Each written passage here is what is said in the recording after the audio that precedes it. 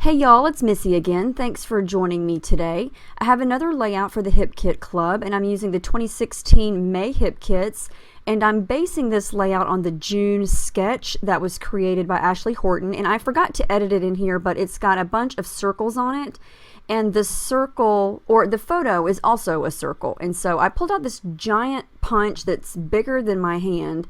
I think it's a 3-inch punch. And I printed my photo larger than I normally do, so I would be able to fit it in that giant punch. And it's a picture of my daughter giving me a super cheesy, super adorable grin from a few years ago while we were in the pool. And I was inspired by this washi tape from the Illustrated Faith Bella Boulevard collection. And I've been wanting to use it all month, and none of my layouts have worked out to where it would work with it. And so I thought, I'm going to start with this washi tape this time.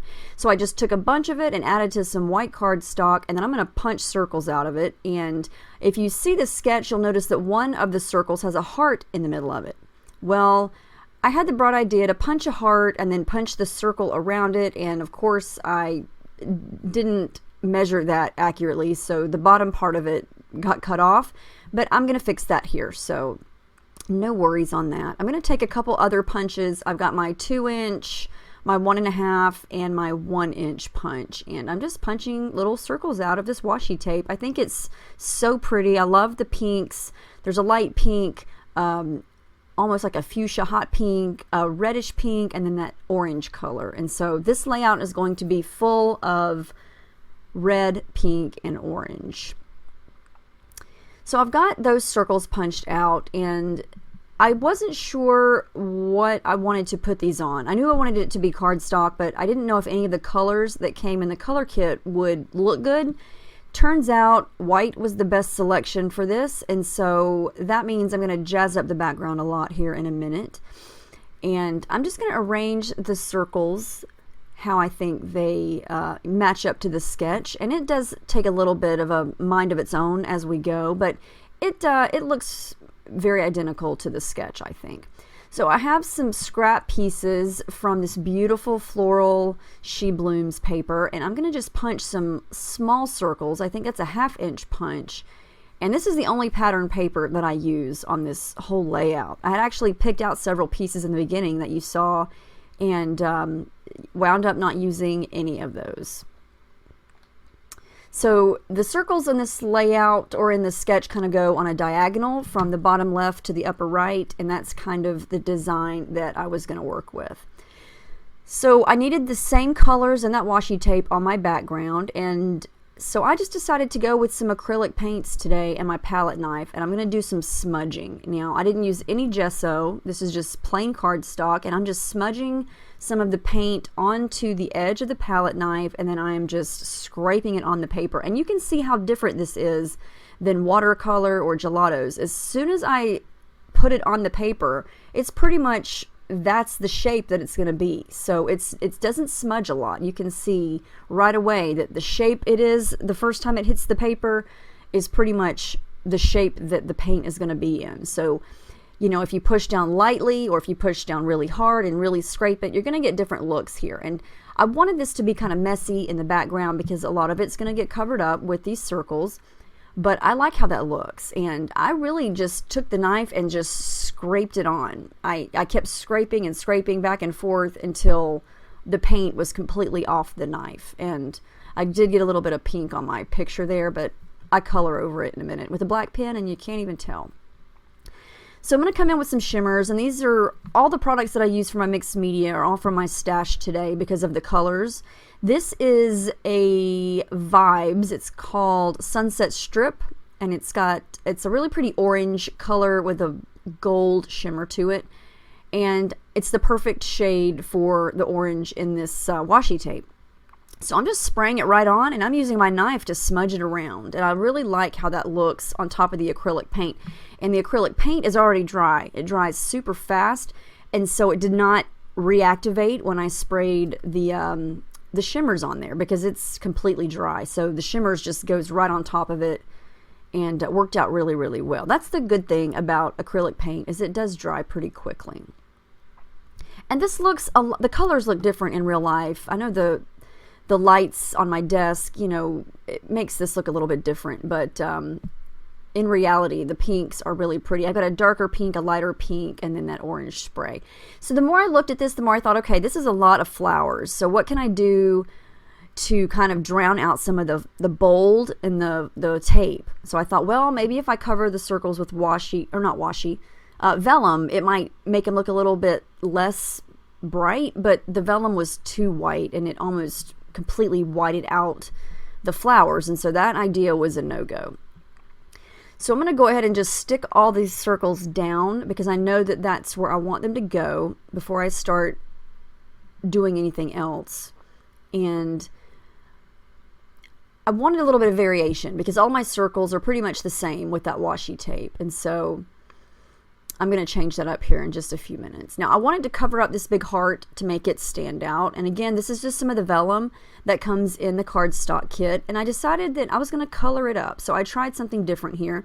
I'm going to take that same acrylic paint and just smudge it right over the vellum, and the vellum is going to curl up immediately because it's vellum and it's super thin, and if you put anything wet on it, it's definitely going to curl up, but it winds up looking neat, I think.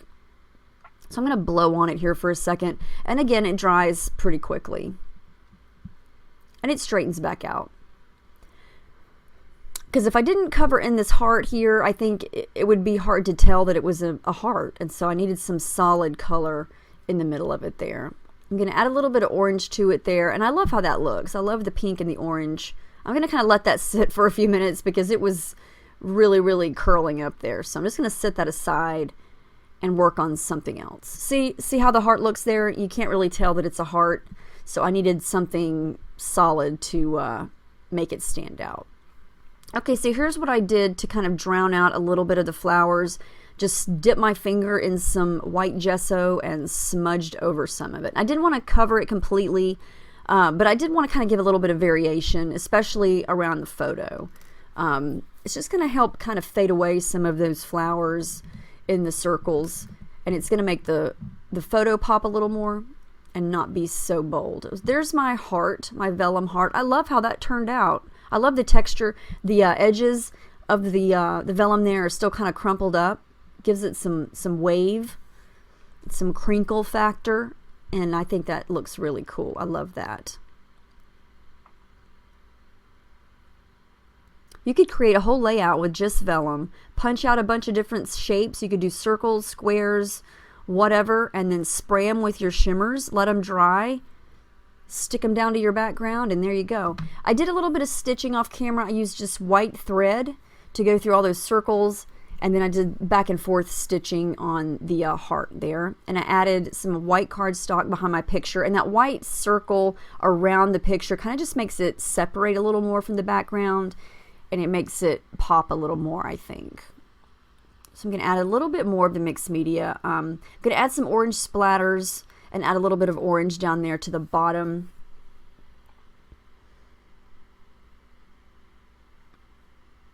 My original idea, I thought I was somehow going to work in some aqua or teal into this layout, but the more I did it with these three main colors, the less I thought I needed to do that, because I feel like if I add one aqua piece, then I'm going to have to add in more than one, and so I just didn't do that. Now I'm going to come in with a bunch of thread here. I wanted lots of texture coming out from underneath the photo, but not something that was going to be distracting. So I chose 3 thread colors, a darker pink, a medium pink, and an orange. And they don't really, they don't take away from anything. They don't really add to the busy factor. It just adds a little bit of texture behind the picture, and added some foam under there. I'm going to peel off the backing, and so that's going to stick the photo down, and it's going to keep all that thread behind the picture.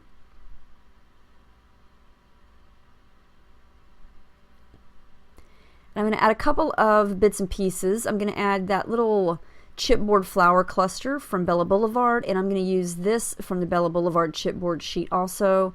My title is just going to be Cherish. I didn't get too crazy at all with my title. I wanted to use a ready-made title, and so that's why I chose Cherish. And I'm going to fussy cut this out from one of those Project Life cards. It's the perfect color, and I'm going to add it to the right side of the picture. Since I've got a flower on the left, I'm going to have a flower on the right. And that is one of Kim Watson's die cuts. It says 1 in a million, and I mainly use that because it's the perfect color. It matches.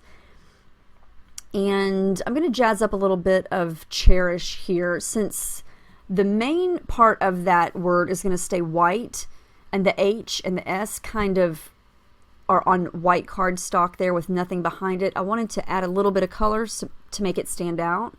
So I just grabbed a peach and an orange gelato and smudged them together to create kind of a little orange tint on those letters there. I like how that looks.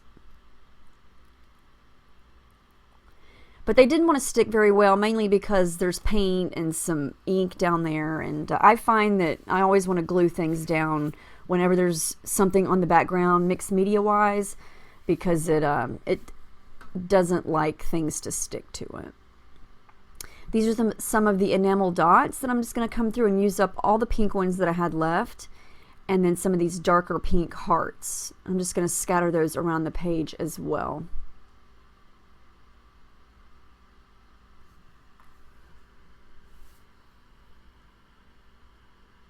This is my 5th layout using the May kits.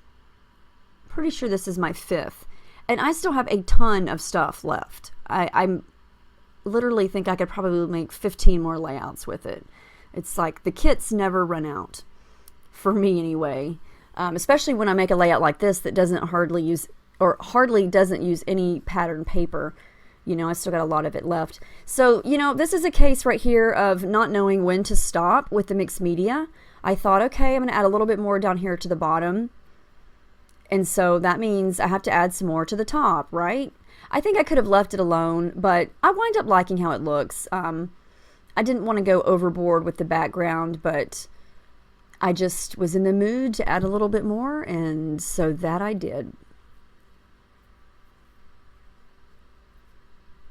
In the end, you know, it's your layout, so if you feel like it needs some more of something, then by all means, you should do it.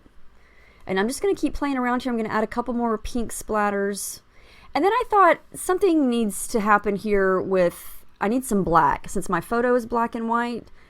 So I took my black pen and I just kind of made some messy circles around all of those little tiny punch circles, and I like how that looks. It makes them pop a little bit more, and it gives a little bit of contrast with all that pink and orange in the background.